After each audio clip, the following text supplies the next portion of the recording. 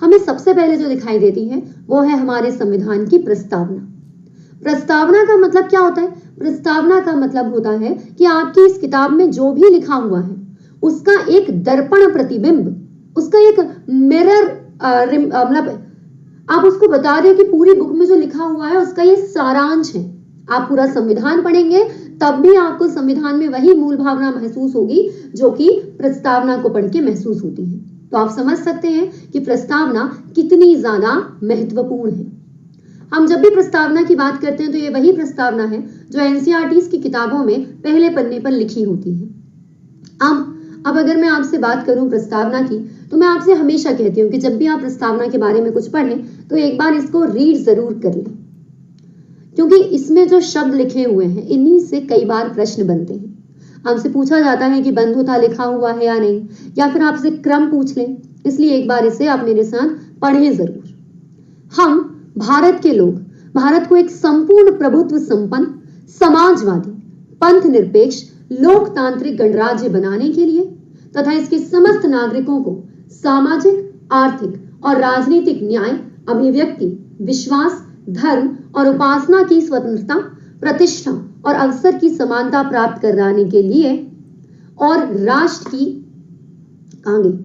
तथा उन सब में व्यक्ति की गरिमा और राष्ट्र की एकता तथा अखंडता सुनिश्चित करने वाली बंधुता बढ़ाने के लिए दृढ़ संकल्पित होकर अपनी संविधान सभा में आज दिनांक 26 नवंबर 1949 ईस्वी को एतद द्वारा इस संविधान को अंगीकृत, अधिनियमित और आत्मसमर्पित करते हैं। तो आप देख सकते हैं कि हमारे देश की ये जो संविधान की प्रस्तावना है ये क्या क्या है। ये आप लोगों के लिए सोर्स है हमारे कॉन्स्टिट्यूशन का, ये हमारे संविधान का स्रोत है जिससे आप जानते हैं कि हमारे पूरे इस संविधान में कौन सी मूल भावना छिपी हुई है। ये हमारे भारतीय राज्य की प्रकृति को दर्शाता है। इसकी जो स्टेटमेंट है ये हमारे उद्देश्यों को बताते हैं, हमारे देश के नागरिकों की एस्पिरेशंस को बताते हैं। इसी के साथ ये संविधान को अडॉप्ट करने की यानी कि अपनाने की तिथि को भी बताता है। अब जहां तक बात है इस संविधान की प्रस्तावना की, तो जैसे ही हम आजाद हुए थे, आप इस पुराने पेपर की कटिंग देख सकते हैं कि यहाँ पर लिख दिया गया था that India proclaim sovereign democratic Republic. ये जो शब्द यहाँ लिखे थे ना कि इंडिया अब सॉवरेन डेमोक्रेटिक रिपब्लिक बन चुका है, ये बहुत बड़ी बात थी। और यही सारी की सारी जो चीजें हैं ये कहाँ पर लिखी हुई हैं? NCERT class. एनसीईआरटी दोपहर में 1 बजे होती है प्लस क्लास में। तो यहाँ पे हम देख सकते हैं कि ये जो सॉवरेन डेमोक्रेटिक रिपब्लिक लिखा है इसके बारे में आपको अच्छे से पता होना चाहिए। देखिए, अब हम हमारी संविधान की प्रस्तावना को जब पढ़ रहे थे तो आपने देखा था कि शुरू के जो 4 शब्द थे वो कौन से थे? शुरू के 4 शब्द थे हम भारत के लोग, we the people of India. और ये हमारे संविधान की प्रस्तावना के सबसे महत्वपूर्ण शब्द हैं। क्यों? क्योंकि यही वो 4 शब्द हैं जो ये बताते हैं कि हमारे संविधान की शक्ति का स्रोत क्या है। हमारे संविधान की शक्ति का स्रोत हमारे भारत की जनता है। ये शब्द किसी भी नागरिक को गौरवान्वित महसूस करवाते हैं, क्योंकि इससे पहले जो ब्रिटिशर्स हमारे साथ थे तो उन्हें कभी हम भारत के लोगों को गौरवान्वित देखते ही नहीं बना। वो तो बड़े अजीब अजीब वाक्य हमारे लिए कहते थे। तो जिस दिन हमने ये कहा कि हम भारत के लोग, उस दिन हमारी प्रस्तावना में इसको लिखवाने से ये पता चला कि ये जो प्रस्तावना है वो कौन लिख रहा है। क्या इसे अंबेडकर लिख रहे हैं, गांधी लिख रहे हैं, नेहरू लिख रहे हैं? नहीं, इस प्रस्तावना को लिखने वाले और इस पूरे संविधान को लिखने वाले भारतीय हैं। तो यहाँ पे आप देख सकते हैं कि हमारा संविधान निर्माताओं ने नहीं बल्कि भारतीयों ने लिखा है। आपको ये समझना है हमारे संविधान की शक्ति किससे आती है? ये आती है भारत के लोगों से। तो ये 4 शब्द आपको यही बताते हैं। ये जो 4 शब्द हैं ये हमने अमेरिका यानी कि यूएसए के प्रीएम्बल से लिए हैं। वहां भी शुरुआत ऐसे ही होती है, we the people of United State of America. तो ये जो 4 शब्द हैं ये हमने अमेरिका से लिए हैं और हमने क्या इस दुनिया के सारे संविधानों ने वहीं से लिए हैं। तो आप देख सकते हैं कि यही थे जिन्होंने पहली बार प्रस्तावना को संविधान में शामिल किया था। हमारे देश की प्रस्तावना भी अमेरिका की प्रस्तावना से ही प्रेरित है, परंतु इसके बावजूद हमारे देश की प्रस्तावना में यूएसए की प्रस्तावना से कुछ अंतर है। जैसे हमारे देश की प्रस्तावना हमारे देश का हमारे संविधान का सार है। संविधान का सार ये कहने से मेरा मतलब क्या है? मेरा मतलब ये है कि हमारे संविधान की जो प्रस्तावना है उसे अंत में लिखा गया। पहले हमारा पूरा संविधान लिखा गया और लास्ट में अंत में ये प्रस्तावना लिखी गई, तो इसीलिए ये हमारे संविधान का सार है। दूसरी बात, हमारे देश की प्रस्तावना पंडित जवाहरलाल नेहरू द्वारा 1946 में पढ़ी गई उद्देशिका पर आधारित है। हमारा प्रीएम्बल ऑब्जेक्टिव रेजोल्यूशन पर आधारित है, लेकिन इसका मतलब ये नहीं है कि ऑब्जेक्टिव रेजोल्यूशन या उद्देशिका की कॉपी है, ऐसा बिल्कुल नहीं है, बल्कि ये केवल उस पर आधारित है। मैंने आपको कल समझाया था कि स्टार्टिंग में जो हम प्लानिंग करते हैं और पूरा प्लान एग्जीक्यूट होने के बाद जो रिपोर्ट बनती है, इन दोनों में अंतर होता है। तो वही आपको देखना है कि उद्देशिका पर आधारित तो है, लेकिन उसी प्लान के अकॉर्डिंग सब कुछ नहीं चला, बहुत से बदलाव हुए, तो ये उसकी फोटोकॉपी नहीं है, केवल उस पर आधारित है। अब आप देख सकते हैं कि इसे लास्ट में अपनाया गया, मतलब पूरा संविधान लिखने के बाद 26 नवंबर 1949 को, जबकि जो यूएसए है, जो अमेरिका है, उन्होंने सबसे पहले अपनी प्रस्तावना लिखी थी और उसके बाद अपना संविधान लिखना शुरू किया, और हमने पहले संविधान लिखा, अंत में प्रस्तावना को लिखा, भले ही उसको बुक में सबसे पहले जोड़ दिया। ठीक है, चलो, तो ये सारे पॉइंट्स आपको याद रखने हैं, समझने हैं, याद क्या रखने हैं, संविधान को तो समझा जाता है, इसे जिया जाता है। चलिए, तो अब हम अपने संविधान में हम भारत के लोगों के अलावा और कौन कौन से महत्वपूर्ण शब्द हैं उन्हें देखते हैं। यहाँ एक शब्द लिखा हुआ है संप्रभु, सॉवरेन। इसका मतलब क्या होता है? देखिए, संप्रभु मतलब अब हमारे प्रभु हम खुद हैं। संप्रभु मतलब हमारे देश पर केवल और केवल हमारा अधिकार है। हम चाहें तो किसी राज्य को दूसरे राज्य से मिला दें, हम चाहें तो किसी राज्य का नाम चेंज कर दें। हमारे देश के निर्णयों में हमें किसी और देश से पूछने की जरूरत नहीं है।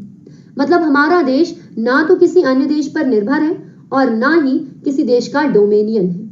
आपको याद होगा कि क्रिप्स मिशन ने और उसके बाद वो अगस्त प्रस्ताव में हमें बार बार डोमेनियन बनने की बात कही गई थी।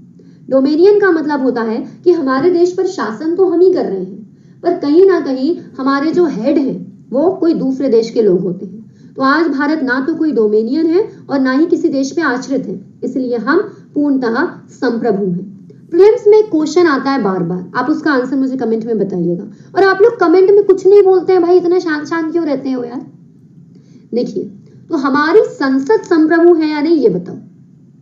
आप लोग मुझे ये बताइए कि हमारे देश का संविधान, हमारी प्रस्तावना, हमारा देश तो संप्रभु है, लेकिन क्या देश की संसद संप्रभु है? उत्तर है नहीं। हमारे देश की संसद संप्रभु नहीं है। हमारे देश की संसद कुछ भी निर्णय नहीं ले सकती, उसके ऊपर सुप्रीम कोर्ट बैठा हुआ है। ठीक है, तो हमारे देश की संसद संप्रभु नहीं है, लेकिन हमारा जो देश है वो अपने आप में संप्रभु है। हमारा देश अगर कोई निर्णय करता है तो कोई और देश उस पर कुछ नहीं कह सकता। एग्जाम्पल के लिए हमने तेलंगाना को आंध्र प्रदेश से अलग किया, इसके लिए हमें किसी शी जिनपिंग और जो बाइडन, थेरेसा मे इनसे पूछने की जरूरत नहीं है। हमने जम्मू कश्मीर से आर्टिकल 370 हटाया और उसे यूटी बनाया, यूनाइटेड टेरिटरी बनाया, किसी से पूछने की जरूरत नहीं पड़ी। तो वैसे ही इसी को कहते हैं संप्रभु होना। अब एक और प्रश्न मेंस में आता है कि 1949 में हमने राष्ट्रमंडल की सदस्यता स्वीकार की थी। तो राष्ट्रमंडल की सदस्यता स्वीकार करने से क्या हमारी संप्रभुता को हानि नहीं होती? तो इसका उत्तर है नहीं। क्यों? क्योंकि राष्ट्रमंडल जो है, इसकी अगर हम लोगों ने सदस्यता स्वीकार की भी है तो इसका मतलब ये बिल्कुल नहीं है कि राष्ट्रमंडल जो कहेगा वो हमें करना ही पड़ेगा, हमारी मजबूरी है, नहीं। बल्कि राष्ट्रमंडल जो भी कहता है वो एज एन एडवाइजरी कहता है, वो एक सलाह देता है। अगर हमें वो बात माननी है तो माने, नहीं माननी तो राष्ट्रमंडल कोई छड़ी नहीं मार रहा है हमें। ठीक है, चलिए, अगला शब्द है लोकतांत्रिक, डेमोक्रेटिक। हमारे संविधान की प्रस्तावना में लिखा हुआ है कि हम एक लोकतांत्रिक देश है। लोकतंत्र, डेमोक्रेसी, हम जब भी भारत के बारे में बात करते हैं तो बार बार हम गर्व से कहते हैं कि ये दुनिया का सबसे वृहद लोकतंत्र है। लोकतंत्र का मतलब क्या होता है? लोकतंत्र का मतलब होता है जहां पे लोगों का तंत्र है, जहां पर लोगों ने मिल करके सिस्टम को बनाया है। अब मैंने आपको बताया है कि लोकतंत्र भी दो तरीके का होता है, अप्रत्यक्ष और प्रत्यक्ष, मतलब इनडायरेक्ट और डायरेक्ट। अब देखो, लोकतंत्र में आप देख रहे हो कि जनता जो है वो सबसे बड़ी शक्ति है, पर वो कैसे शासन कर रही है, अपने प्रतिनिधियों के द्वारा या खुद ब खुद, ये आपको देखना है। जैसे हमारे देश में क्या होता है, हम भारत की जनता हैं, पर हम वोट डालते हैं और किसको हमें लोकसभा राज्यसभा में भेजना है ये हम बताते हैं। तो लोकतंत्र तो ये हुआ, लेकिन हमने किसी और को भेजा, हम खुद ब खुद नहीं चले जाते, तो इसको कहते हैं अप्रत्यक्ष लोकतंत्र। प्रत्यक्ष लोकतंत्र मतलब छोटे छोटे निर्णयों पे देश की जनता खुद फैसला करेगी, इनका कोई प्रतिनिधि, इनका कोई रिप्रेजेंटेटिव फैसला नहीं करेगा। अब क्या होता है, जो आपका अप्रत्यक्ष लोकतंत्र होता है उसके भी दो प्रकार हैं। कैसे? इसमें आपने जो अपने प्रतिनिधि भेजे हैं वो आप संसद में बिठा रहे हो, वो डिबेट करेंगे, बातचीत करेंगे, सलाह मशवरा करेंगे, या फिर आपने एक राष्ट्रपति बिठा दिया है, उसका निर्णय सर्वोपरि होगा। तो भारत में हम संसदीय व्यवस्था को फॉलो करते हैं। हमारे भारत में संसद है, लोकसभा है, राज्यसभा है, वहां पे कोई भी बिल आता है उसके बाद बहस से वो मतलब एक्ट बनता है। लेकिन अमेरिका में क्या है? अमेरिका में राष्ट्रपति शासन है, अमेरिका में डोनाल्ड ट्रंप, जो बाइडेन, यही सब कुछ होते हैं। ठीक है, तो ऐसे राष्ट्रपति शासन वाली सरकारें अलग होती हैं, संसदीय अलग होती हैं। और हमारा भारत क्या है? हमारा भारत एक संसदीय अप्रत्यक्ष लोकतंत्र है। ठीक है, चलिए अब अगला शब्द है गणतंत्र। गणतंत्र का मतलब क्या होता है? देखो, लोकतंत्र और गणतंत्र ये दोनों तो हमें एक दूसरे के पर्याय लगते हैं ना, पर वास्तव में ये दोनों एक दूसरे के पर्याय है नहीं। जब हम कहते हैं ना गणतंत्र, तो इसका मतलब होता है कि किसी भी व्यक्ति के हाथ में, चाहे वो राजा मान ले हम उसे या कोई भी, ऐसा नहीं होता है कि उसके हाथों में सारी की सारी शक्ति है। जैसे आज हमने अपना प्रतिनिधि बना करके क्या किया है? आज हमने अपना प्रतिनिधि बना करके मोदी जी को कहां भेज दिया है? संसद में भेज दिया है। लेकिन इसका मतलब ये बिल्कुल भी नहीं है कि मोदी जी एक राजा बन गए हैं और उन्हें जो करना है वो करें। हमने रामनाथ कोविंद जी को अपना राष्ट्रपति बनाया है, लेकिन इसका मतलब ये नहीं है कि रामनाथ कोविंद जो चाहे वो कर सकते हैं। वो कहें कि आज इनका सर काट दो तो काट दो, दिस इज नॉट पॉसिबल। तो आपको ये देखना है कि गणतंत्र में हम जो शक्ति है उसका स्थानांतरण तो करते हैं, परंतु इसके बावजूद भी वास्तविक शक्ति जनता के हाथ में ही होती है। इसका जी लाइव क्लास डेली 6 बजे होती है। इसका एग्जाम्पल आप देख सकते हैं कि अभी अभी हमारे भारत में जो फार्म लॉस आए थे, वो फार्म लॉस हमारी जनता को पसंद नहीं आए, तो आखिरकार हमने आंदोलन करवा के हटवा ही दिया ना उनको। मतलब वास्तविक शक्ति तो भाई अपन के हाथों में है। ठीक है, और यहाँ पे आप देख सकते हैं कि होता क्या है। यहाँ पे ये जो गणतंत्र है ये आप लोगों को बताता है कि इसके अंतर्गत पहली बात है कि राजनीतिक संप्रभुता किसी एक व्यक्ति के हाथों में नहीं है, और दूसरी बात यह है कि किसी के पास विशेषाधिकार नहीं है। विशेषाधिकार मतलब हमारे देश में लोगों का तंत्र तो है, पर इन लोगों में भी कोई भेदभाव नहीं है कि आम लोग हैं तो उनको अलग तरीके से ट्रीट किया जाएगा, अमीर हैं तो अलग तरीके से ट्रीट किया जाएगा, हिंदू हैं तो अलग, मुस्लिम हैं तो अलग, ऐसा कुछ नहीं है। हम केवल बहुमत देखते हैं, ये नहीं देखते कि इस बहुमत में हिंदू है या मुस्लिम है या सिख है या ईसाई है, अमीर है या गरीब है। तो ये गणतंत्र है। अब हम आते हैं अगले शब्दों पे। अगला शब्द है समाजवादी। इस समाजवादी को आप क्या कहते हैं? आप लोग अपने जो डाउट्स है ना वो लिख करके रखिए एक पेज में। मैं क्या करूंगी, जब हमारी ये पॉलिटी कंप्लीट हो जाएगी उसके बाद स्पेशल फ्री क्लास में डाउट क्लियरिंग सेशन रखूंगी। उस दिन आप लोग मुझसे सारे डाउट्स पूछ लेना, जो भी आपको यहाँ पे डाउट आते हैं ना यूट्यूब क्लास से, आप लिख के रखिए, या फिर एक और काम कीजिए, लिख के रखने के साथ कमेंट बॉक्स में भी लिख देना। जब इसकी रिकॉर्डिंग मिल जाएगी ना तो कमेंट बॉक्स में भी लिख देना, तो मैं सारे कमेंट पढ़ूंगी और उनका स्क्रीनशॉट ले लेके आपके उत्तर दे दूंगी। चलिए, तो जहां तक बात है समाजवादी की, तो क्या समाजवादी शब्द हमारे मूल संविधान में था? तो इसका उत्तर है नहीं। ये समाजवादी शब्द हमारे मूल संविधान में था ही नहीं। तो फिर इसे कब जोड़ा गया? इसे जोड़ा गया 1940 ये गलत लिखा हुआ है, इसे जोड़ा गया 42nd अमेंडमेंट के द्वारा। ठीक है, ये 1942 छप गया है, I am really sorry mistake. So इसे कब जोड़ा गया? इसे जोड़ा गया 42वें संविधान संशोधन 1976 के हिसाब से। तो आप क्या देख सकते हैं? आप ये देख सकते हैं कि 1976 का ये जो संशोधन है, अरे हाँ भाई मिसप्रिंट हो गया, गलती से लिखा गया, जान लोगे क्या? तो 42वां संशोधन 1976 वाला जो है ना, इसके द्वारा हमने किसे जोड़ा है? हमने समाजवादी शब्द को जोड़ा है। पहली बात तो ये पता करो कि समाजवादी शब्द का मतलब क्या होता है। समाजवादी शब्द का मतलब होता है कि हमारे देश में हम समाज को प्राथमिकता दे रहे हैं। समाज को प्राथमिकता दे रहे हैं, इसका मतलब क्या है पता है आपको? समाज को प्राथमिकता देने का असली मतलब ये होता है कि जो रूस है, रशिया है, वहां पे टोटल कम्युनलिज्म है, जिसे क्या कहते हैं, जिसे कहते हैं मार्क्सवादी समाजवाद। तो जो मार्क्सवादी समाजवाद है ना, उसमें क्या होता है, अगर देश के पास 100 रुपए हैं और देश में 100 लोग हैं तो सबको 1-1 रुपए मिलेगा। अगर देश के पास 100 रुपए है और देश में 10 लोग हैं तो सबको 10-10 रुपए मिलेंगे। इसे कहते हैं मार्क्सवादी समाजवाद। इसे क्या कहते हैं? इसे कहते हैं साम्यवादी समाजवाद। तो हमारे यहाँ पे सवाल ये उठता है कि हमारे संविधान निर्माता तो इतने इंटेलिजेंट थे, अंबेडकर जी तो इतने बड़े ज्ञाता थे, तो उन्होंने मूल संविधान में ये शब्द क्यों नहीं जोड़ा? 1949 में जो संविधान लिख रहे थे वो, उसमें उन्होंने ये शब्द क्यों नहीं लिखा, सोशलिस्ट, समाजवादी? तो इसके लिए अंबेडकर जी का कहना था कि अगर वो समाजवादी शब्द लिखते तो क्या होता? अगर वो समाजवादी शब्द लिखते तो लोगों को ऐसा लगता कि कम्युनलिज्म सोशलिस्ट होना है, मतलब कि जो वो थे अपने मार्क्स, कार्ल मार्क्स, उनके अकॉर्डिंग समाजवाद मानना है, जबकि हमारा भारत उनके अकॉर्डिंग समाजवाद नहीं मानता। इन शब्दों को अपने दिमाग में रखो, मेंस, प्रीलिम्स, इंटरव्यू सब में काम आएंगे।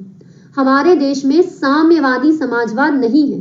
कौन सा समाजवाद है? लोकतांत्रिक समाजवाद है। हम कौन से सोशलिस्ट हैं? डेमोक्रेटिक सोशलिस्ट हैं। हम साम्यवादी समाजवाद को नहीं मानते। तभी तो आप देखो हमारे देश में ऐसा होता है कि लाइक अंबानी जी हैं, बिरला है, उनके पास मतलब अभी आप देख लो टाटा ने पूरी एयरलाइंस खरीद ली, लेकिन अपन तो मतलब एक दिन की टिकट के लिए भी सोचते हैं ना कि यहाँ से लंदन जाना है, सो वी आर लाइक नहीं यार, हजारों की टिकट आएगी, सोचना पड़ता है। और टाटा ने तो मतलब पूरी एयरलाइंस खरीद ली यार।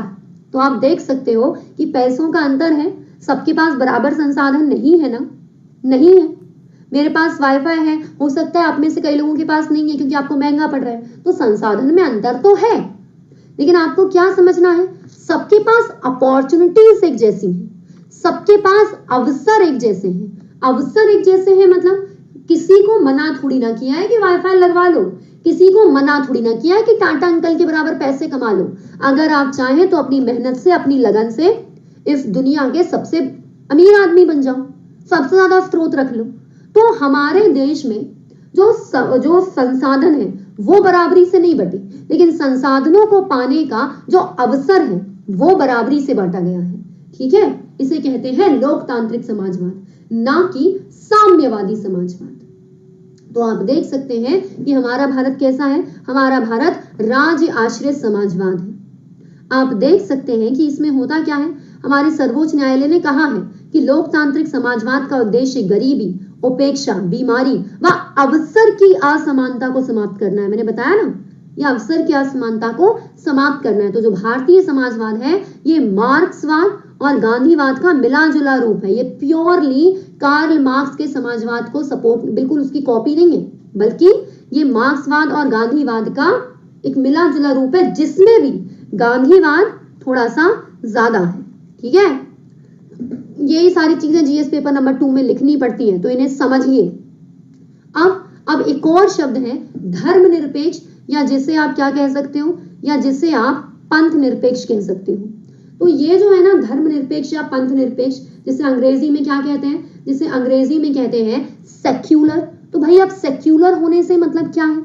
इसका मतलब ये होता है कि हमारा देश किसी एक धर्म को सपोर्ट नहीं करता, बल्कि हमारा देश सभी धर्मों को मतलब सभी धर्मों का सम्मान करता है। तो फिर से वही बात होती है कि अंबेडकर जी ने अपने मूल संविधान में धर्मनिरपेक्ष क्यों नहीं लिखा, पंथ निरपेक्ष क्यों नहीं लिखा? तो अंबेडकर जी का कहना है कि उनको अलग से ये बताने की जरूरत नहीं थी कि हमारा जो देश है वो धर्मनिरपेक्ष है। हमारे जो मूल अधिकार हैं, जो फंडामेंटल राइट है, आप मुझे बता सकते हो उसमें ऐसे कौन से आर्टिकल हैं जो बताते हैं कि हमारा देश धर्मनिरपेक्ष है? बताइए जरा मुझे। धार्मिक स्वतंत्रता का अधिकार है, हमारे देश में धार्मिक स्वतंत्रता का अधिकार है। कौन से आर्टिकल के तहत है, कोई बता सकता है मुझे? कौन से आर्टिकल के तहत है, कोई बता सकता है मुझे? यहाँ पे मैं पढ़ रही हूं, आपकी कमेंट सामने रखा है फोन, बताइए जरा।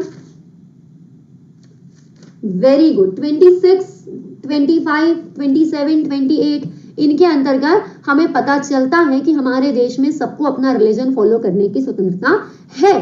तो हमारा ये जो देश है ये पंथ निरपेक्ष है, ये हमारे फंडामेंटल राइट में, हमारे मूल अधिकारों में लिखा हुआ है, हमें अलग से लिखने की जरूरत नहीं थी। और इसी के साथ आप देख सकते हैं कि जो हमारे राज्य के नीति निर्देशक तत्व हैं उसमें भी बताया जाता है कि राज्य को बिना किसी भेदभाव के क्या करना है, हमारे राज्य को बिना किसी भेदभाव के लोगों का विकास करना है। तो आप खुद ही बताइए, क्या हमें अपने मूल संविधान में ये शब्द अलग से लिखने की जरूरत थी प्रस्तावना में कि हम पंथ निरपेक्ष हैं, धर्म निरपेक्ष हैं?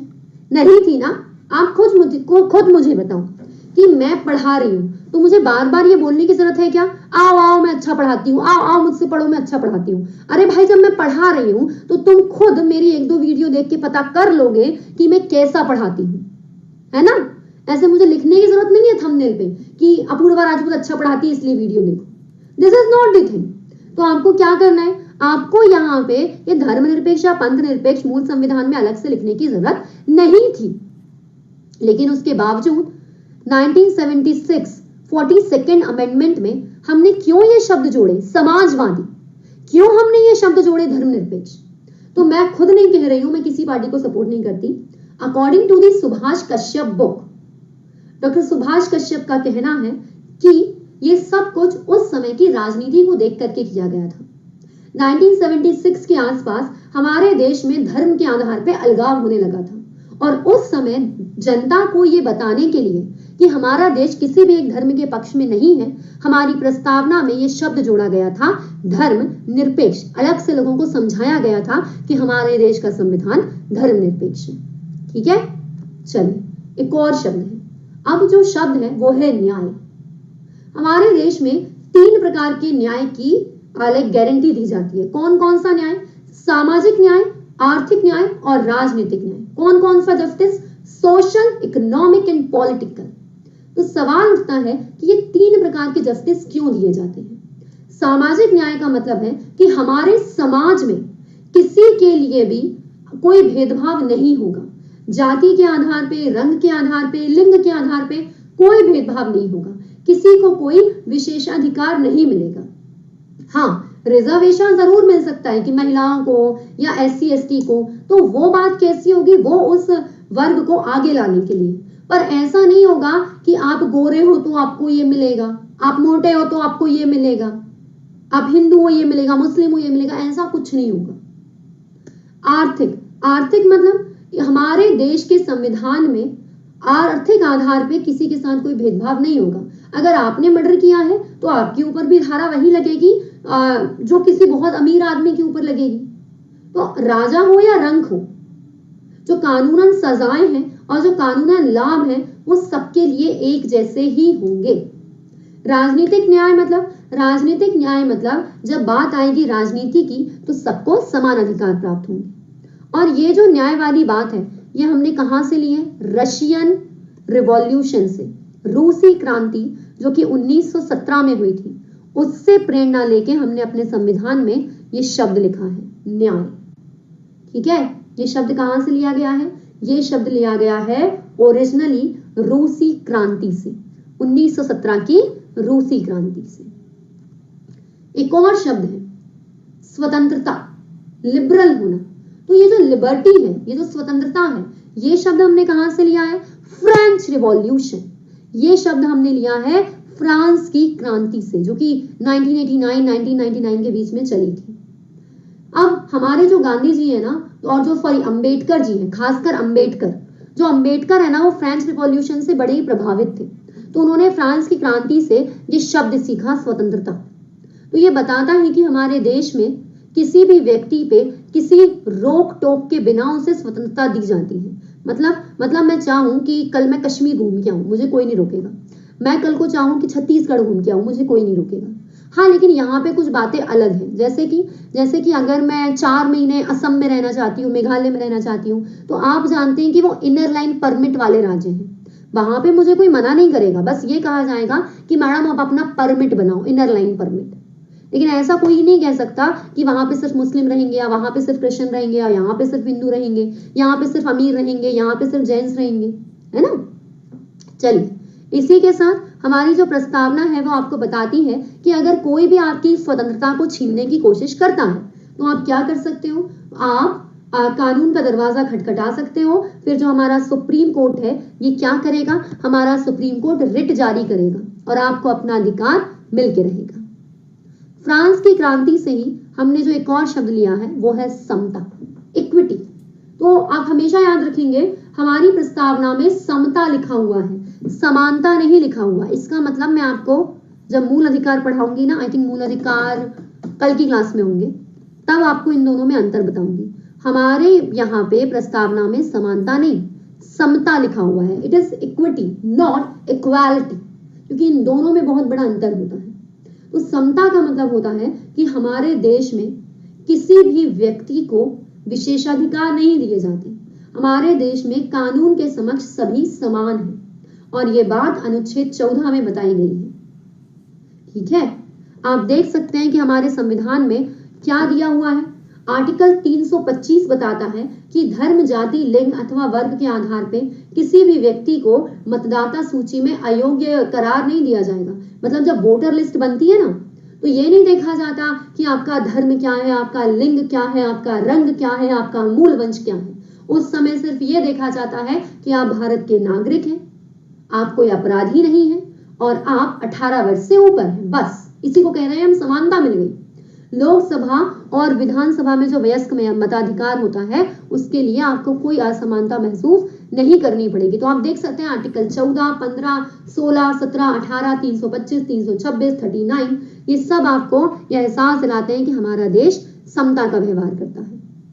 ठीक है, चलिए फ्रांस की क्रांति से लिया हुआ अगला शब्द कौन सा है? फ्रांस की क्रांति से लिया हुआ अगला शब्द है बंधुत्व, फ्रेटर्निटी। इसका मतलब क्या होता है? बंधुत्व।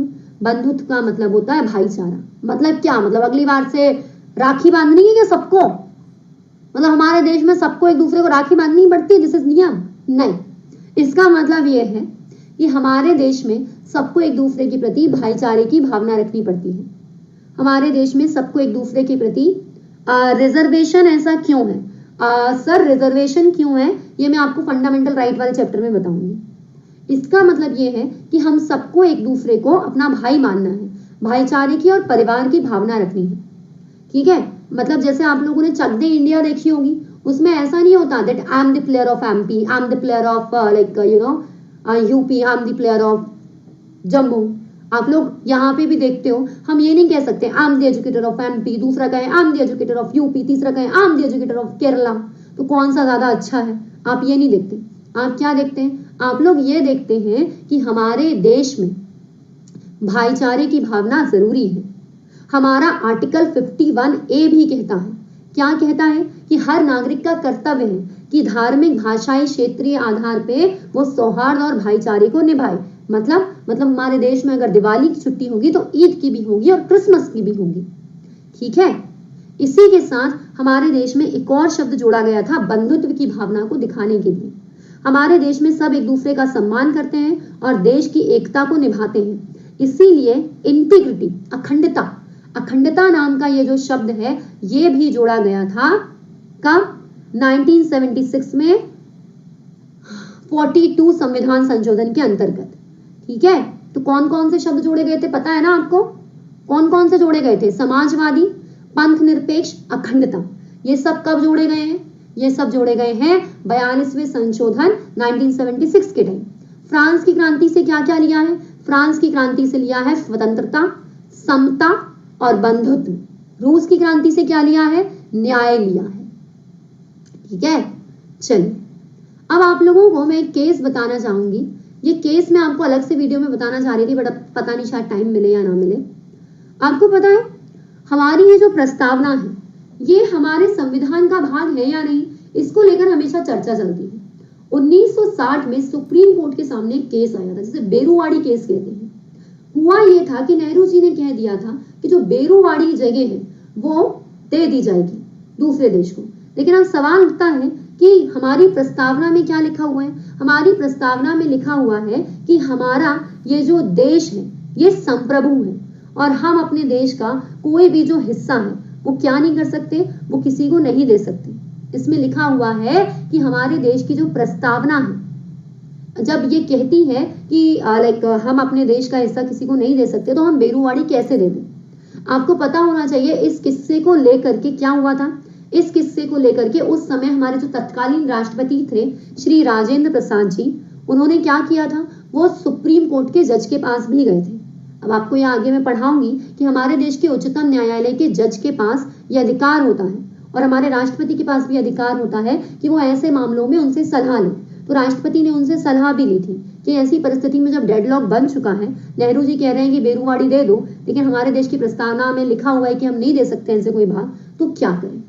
उस परिस्थिति में पहली बार ये माना गया था कि हमारे देश की प्रस्तावना संविधान का एक भाग है ही नहीं। इन्होंने कहा था कि हमें वो मानना पड़ता है जो संविधान में लिखा हो, और प्रस्तावना तो संविधान का एक भाग है ही नहीं। तो बेरूवाड़ी केस में ये मान लिया गया था 1960 में कि हमारी जो प्रस्तावना है, मैं इस केस को समझाने के लिए अलग से वीडियो बनाने का ट्रायल करूंगी। तो ये कह दिया गया था कि हमारे देश की जो प्रस्तावना है वो संविधान का भाग नहीं है, इसलिए बेरूवाड़ी दे दो, और दे दिया था। लेकिन 1973 में यही केस पलटा। 1973 में केशवानंद भारती मामले में दोबारा से सुप्रीम कोर्ट ने कह दिया कि जो प्रस्तावना है वो संविधान का भाग है, और आज 2021 तक हम यही मानते हैं कि हमारी जो प्रस्तावना है ये संविधान का भाग है। तो आपको पता होना चाहिए कि 1960 में सुप्रीम कोर्ट ने कहा था बेरूवाड़ी केस में कि प्रस्तावना संविधान का एक भाग नहीं है, लेकिन 1973 में अपने निर्णय को पलटा और वर्तमान में हम मानते हैं कि प्रस्तावना संविधान का एक अभिन्न भाग है। एक और चर्चा होती है प्रस्तावना के संशोधन पे कि क्या प्रस्तावना में संशोधन किया जा सकता है। तो आपने अभी देखा, इसको लेकर बच्चे बहुत गलती करते हैं कि 1976 में 42वां जो संशोधन किया गया था उसमें हुआ तो था, मतलब समाजवादी, धर्मनिरपेक्ष, अखंडता, ये तीनों शब्द जोड़े गए थे, तो फिर इसमें संशोधन कैसे नहीं हो सकता। तो हुआ ये था कि 1973 में ये कहा गया था कि इसमें ऐसे संशोधन नहीं किए जाने चाहिए। पहली बार में जो संशोधन किया गया था वो भी ठीक नहीं था, उसको वैध जरूर ठहरा दिया। तो अब ये कहते हैं कि न्यायालय ने व्यवस्था दी है कि प्रस्तावना में अनुच्छेद 368 के तहत कोई संशोधन नहीं किया जाएगा। आप लोगों को मैं ये भी पढ़ाऊंगी कि हमारे संविधान के लिए कोर्ट में बेसिक स्ट्रक्चर डिफाइन है, हमारे संविधान की मूल जो संरचना है वो डिफाइन है। तो हमारे मतलब संविधान की मूल संरचना में हमारे अधिकार आते हैं, कर्तव्य आते हैं, डीपीएसपी आते हैं, जिन्हें कोई भी संशोधन चेंज नहीं कर सकता। तो आप देख सकते हैं कि अब जो हमारी प्रस्तावना है वो भी मूल संरचना में आती है और अब हम इसमें कोई भी चेंज नहीं कर सकते।